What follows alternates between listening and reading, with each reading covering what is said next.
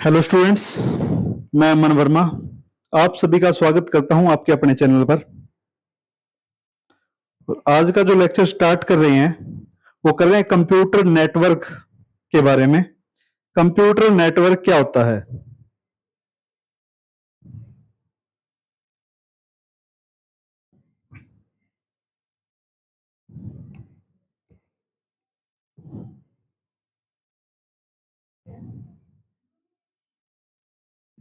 Hello students, मैं अमन वर्मा।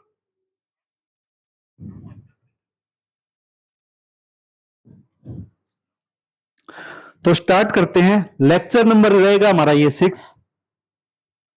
इससे पहले मैं 5 लेक्चर ले चुका हूं और ये जो 6th लेक्चर है वो है कंप्यूटर नेटवर्क के बारे में कि कंप्यूटर नेटवर्क होता क्या है। तो कंप्यूटर नेटवर्क क्या है? कंप्यूटर नेटवर्क दो या दो से अधिक कंप्यूटर या फिर मोबाइल या कोई सर्वर है या फिर प्रिंटर है या कोई भी अन्य डिवाइस है का ऐसा समूह होता है जो आपस में जुड़कर डेटा ट्रांसफर और संसाधन को शेयर करता है। तो कोई भी जो डिवाइस है, चाहे वो कंप्यूटर हो, लैपटॉप हो, मोबाइल हो, प्रिंटर हो या फिर अन्य कोई भी इस तरह के जो भी उपकरण हो, अगर ये आपस में कनेक्ट होकर एक दूसरे को डाटा ट्रांसफर करने का काम करते हैं, एक दूसरे से डाटा शेयर करने का काम करते हैं, तो उसको क्या बोलते हैं?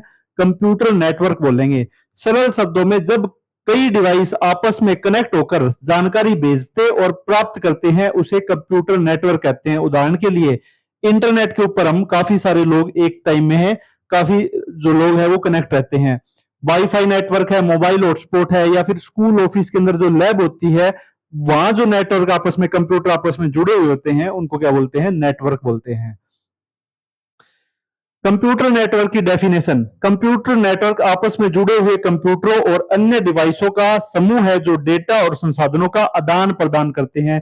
जैसे प्रिंटर को हम कमांड देते हैं हमारे कंप्यूटर या लैपटॉप से और प्रिंट होकर निकल जाता है, तो ये दो चीजें आपस में कनेक्ट होगी। एक क्या हो गया? हमारा कंप्यूटर हो गया और एक क्या हो गया? प्रिंटर। इसी तरह से काफी सारे अन्य कंप्यूटर भी एक दूसरे से कनेक्ट किए जा सकते हैं। दो या दो से अधिक कंप्यूटर कनेक्ट कर सकते हैं या फिर अन्य डिवाइस जैसे हॉटस्पॉट चला के हम नेटवर्क को शेयर कर लेते हैं। वाईफाई, ब्लूटूथ वगैरह को ऑन करके क्या है, काफी सारी चीजों को एक दूसरे के साथ क्या है, कनेक्ट कर देते हैं। वो क्या बोलते हैं? कंप्यूटर नेटवर्क बोलते हैं इनको। कंप्यूटर नेटवर्क का मुख्य उद्देश्य क्या है? मुख्य उद्देश्य क्यों करते हैं?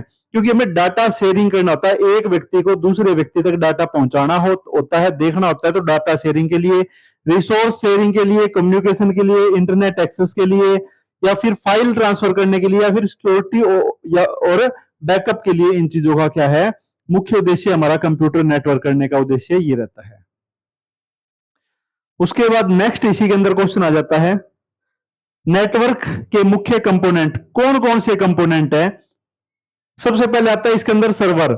सर्वर क्या है? जो कंप्यूटर अन्य कंप्यूटरों को सेवा देता है। उदाहरण फाइल सर्वर या फिर वेब सर्वर। जैसे कोई भी अगर हम वेबसाइट बनाते हैं, अगर वेबसाइट बनाते हैं तो हमें एक मेन सर्वर की जरूरत पड़ती है, सर्वर कंप्यूटर की जरूरत पड़ती है, जिसके अंदर सारा का सारा डाटा में मेन सर्वर कंप्यूटर को दे दिया जाता है। और उससे क्या है, कोई भी व्यक्ति अगर उस वेबसाइट के ऊपर जाकर उसको ओपन करना चाहे तो आराम से ओपन कर सकता है, देख सकता है उस वेबसाइट को। मेन सर्वर ही अगर काम नहीं करेगा तो काफी सारी जगह पर आप देखते हो कि वेबसाइट, कई बार ये सुनने में आता है कि ये वेबसाइट चल नहीं रही, तो उसका न चलने का कारण क्या है? जो मेन जो सर्वर है, जो कंप्यूटर का मेन सर्वर है, वो अच्छे तरीके से काम नहीं कर पा रहा। दूसरा आता है क्लाइंट। क्लाइंट क्या होता है? जो यूजर सर्वर से सेवा लेता है, वो क्या है? क्लाइंट क्या होता है? एक तरह से यूजर है। मतलब अगर वेबसाइट हमने बनाई है, मेन सर्वर हो गया और अन्य जितने भी कंप्यूटर जो उस वेबसाइट के ऊपर पहुंचना चाह रहे हैं वो क्या है?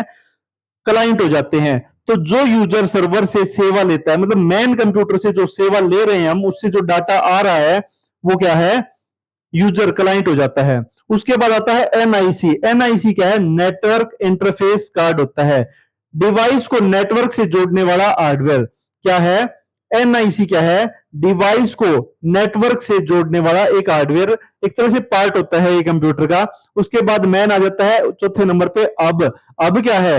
एक डिवाइस जो कई कंप्यूटरों को जोड़ता है। काफी सारे कंप्यूटरों को आपस में कनेक्ट करने के लिए हम एक डिवाइस का यूज करते हैं, उसका क्या नाम है? जिसको हम अब बोल देते हैं, कुछ जगह पर स्विच बोल देते हैं उनको,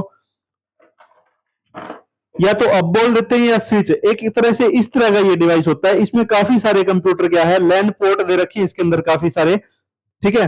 इस तरह का है ये, इसमें 8 लैन के पोर्ट है, तो 8 कंप्यूटरों को हम एक साथ कनेक्ट कर सकते हैं। इस तरह का कुछ होता है क्या, अब होता है।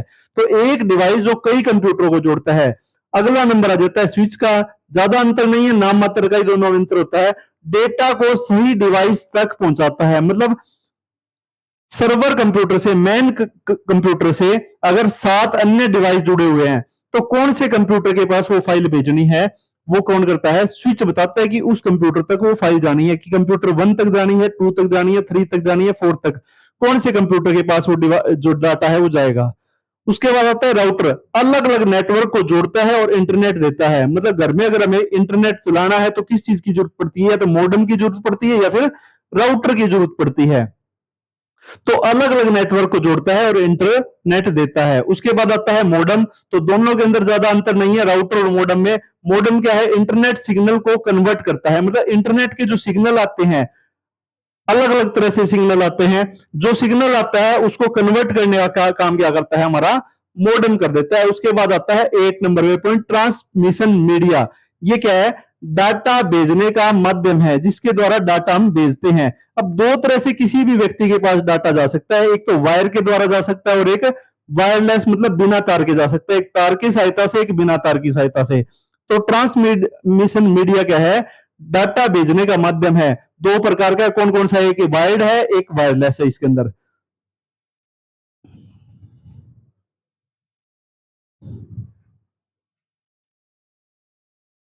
उसके बाद आता है अगला नेक्स्ट क्वेश्चन हमारा, कंप्यूटर नेटवर्क के प्रकार, टाइप ऑफ कंप्यूटर के, टाइप ऑफ नेटवर्क। तो टाइप ऑफ नेटवर्क में आता है सबसे पहला पेन।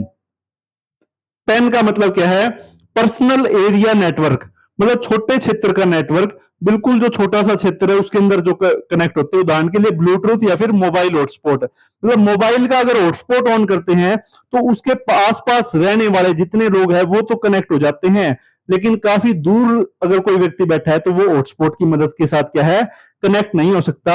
या फिर इसी तरह ब्लूटूथ की एक सीमा होती है, 30 मीटर, 40 मीटर, 20 मीटर, 60 मीटर या 100 मीटर, जितनी भी एक लिमिटेड में होती है, तो सीमा रहती है इनकी मोबाइल हॉटस्पॉट की और ब्लूटूथ की। तो सबसे पहला जो सबसे छोटा एरिया है वो क्या है, पेन कवर करता है। दूसरा आता है लैन, लोकल एरिया नेटवर्क, एक बिल्डिंग या ऑफिस के अंदर का नेटवर्क। उदाहरण के लिए स्कूल में कंप्यूटर लैब जो कनेक्ट करते हैं उसमें क्या है, एक मैन कंप्यूटर होता है, उसके साथ काफी सारे क्लाइंट जोड़ दिए जाते हैं, क्लाइंट कंप्यूटर बोल देते हैं उनको।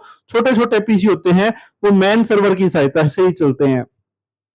तो लोकल एरिया नेटवर्क हो जाता है, तो एक बिल्डिंग या ऑफिस के अंदर का नेटवर्क हो जाता है। उसके बाद आता है MAN, M MAN, metropolitan area network, पूरे शहर में फैला नेटवर्क, मतलब हमारे शहर के अंदर हमारे पास जो इंटरनेट आता है वो एक ही कंपनी, और वो हमें क्या देती है, इंटरनेट की सेवा देती है। तो वायर के द्वारा भी देती है, वो बिना वायर के भी देती है, तो ये आ जाता है इसके अंदर। उसके बाद आता है वैन, वाइड एरिया नेटवर्क, बहुत बड़े क्षेत्र का नेटवर्क, उदाहरण के लिए इंटरनेट इसके अंदर आ जाता है। तो इंटरनेट हमारे पास आता है क्या, ओवरऑल इंडिया को अगर कनेक्ट करना, जैसे एयरटेल है, बीएसएनएल है, या फिर इस तरह की अन्य कंपनियां जो हमें इंटरनेट की सर्विस प्रोवाइड कराती है, वैन एरिया हो गया।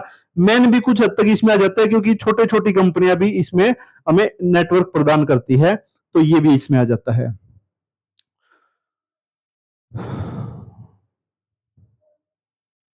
उसके बाद आती है आगे नेटवर्क टोपोलॉजी क्या होती है। नेटवर्क जो टोपोलॉजी है उसके बारे में डिस्कस करेंगे हम अपने नेक्स्ट लेक्चर के अंदर। आज सिर्फ इतना ही करते हैं कि कंप्यूटर नेटवर्क क्या है, इस टोपोलॉजी को हम आने वाले लेक्चर के अंदर हम डिस्कस करेंगे। तो आज का जो टॉपिक है हमारा यहीं तक करेंगे हम, नेटवर्क के बारे में ही। तो लेक्चर को करते एंड, और लेक्चर नंबर था हमारा ये 6। इससे पहले की 5 वीडियो अगर आपने नहीं देखी है तो हमारे इसी चैनल के ऊपर, चाहे आप फेसबुक पे देख रहे हो या यूट्यूब के ऊपर देख रहे हो, जीए बाय अमन सोनी सर जो चैनल है हमारा यूट्यूब के ऊपर, उसके ऊपर जाकर ये सारी की सारी जो वीडियो है कंप्यूटर की वीडियो, अन्य भी और भी काफी सारी जो चीजें हैं उनकी सारी वीडियो इसी चैनल के ऊपर अवेलेबल है, तो आप वीडियो को देख सकते हो। इसके अलावा जितने भी पढ़ने लिखने वाले स्टूडेंट है, अगर किसी प्रकार का जो ऊपर कोर्स चल रहे हैं, इनमें से किसी भी कोर्स में अगर आपको एडमिशन लेना, चाहे कंप्यूटर का हो कोर्स 3 महीने का, 6 महीने का, 1 साल का, अलग अलग जो सेंटरों के माध्यम से, चाहे आप नाइलेट के कोर्सेज करना चाहते हो या फिर HKCL HSCIT जिसको बोलते हैं उसके कोर्सेज अगर करना चाहते हो, तो हमारे सेंटर में Shri Dayanand education skill development पर, जो मेन आजाद नगर हिसार में है, सन 2011 से ये सेंटर चल रहा है। कंटिन्यू क्लासेस ऑफलाइन और ऑनलाइन माध्यम के द्वारा प्रोवाइड कराई जाती है। अगर आप ऑनलाइन माध्यम से हमारे साथ कनेक्ट होना चाहते हो तो नीचे लिखे हुए नंबरों पर आप जुड़कर और कनेक्ट हो सकते हो और अपना कोर्स कर सकते हो। इसके अलावा अन्य कोर्सेज जैसे फायर सेफ्टी है, एनटीटी है, योगा है, फूड प्रोडक्शन का जो कोर्स होते हैं जो एनएसडीसी डिपार्टमेंट करवाता है, चाहे वो कोर्स करने हो, होटल मैनेजमेंट के कोर्सेज है, तो अनेक अलग अलग प्रकार के कोर्सेज है जैसे कि वाईसीबी बोर्ड से जो कोर्सेज करने हो आपको, चाहे नाइलेट से कोर्सेज करने हो, एनएसडीसी के काफी सारे कोर्सेज है। अगर इन कोर्सेज में अगर आपको एडमिशन लेना है तो आप एडमिशन ले सकते हो। इसके अलावा जो सीटीआर लुधियाना है उसके जो एग्जाम जुलाई 2026 के अंदर होने हैं उनकी डेट शीट आ चुकी है। कोई भी बच्चा जिसने फार्म भरे थे एग्जाम के सीटीआर लुधियाना के, तो सीटीआर लुधियाना का जो सिलेबस है चाहे वो फायर सेफ्टी का हो, चाहे हेल्थ सैनिटरी इंस्पेक्टर का हो, ईसीसीई का हो या योगा का हो, उनकी भी क्लासेस हमारे इसी चैनल के ऊपर कंटिन्यू प्रोवाइड कराई जा रही है। आप वो क्लासेस देख के अपने एग्जाम आराम से करके आ सकते हो। 15 तारीख से लगभग ये पेपर स्टार्ट है और आगे जैसे कि फायर सेफ्टी में आपको पता है टोटल जो 1 ईयर का कोर्स है फायर टेक्नोलॉजी एंड मैनेजमेंट उसका 8 एग्जाम होने हैं, तो आप उनकी वीडियो भी फ्री ऑफ कॉस्ट इसी चैनल के ऊपर देखकर अपनी कंप्लीट कर सकते हो। इसके अलावा आने वाले टाइम के अंदर जो एडमिशन चल रहे हैं वो जनवरी 2027 के एडमिशन है या जुलाई 2027 के जो भी एडमिशन है, अगर उन कोर्सेज में चाहे आप फायर सेफ्टी अन्य कोर्सेज में एडमिशन लेना चाहते हो तो नीचे लिखे हुए जो नंबर है उनके ऊपर कॉन्टैक्ट करके हमसे जुड़ सकते हो, अपना एडमिशन ले सकते हो, सर्टिफिकेट अर्जित कर सकते हो। गवर्नमेंट का आपको पता है वैकेंसी बड़ी ही जल्दी निकाल देती है। पहले की तरह ऐसा नहीं है कि नोटिफिकेशन देगी बाद में चलेगा।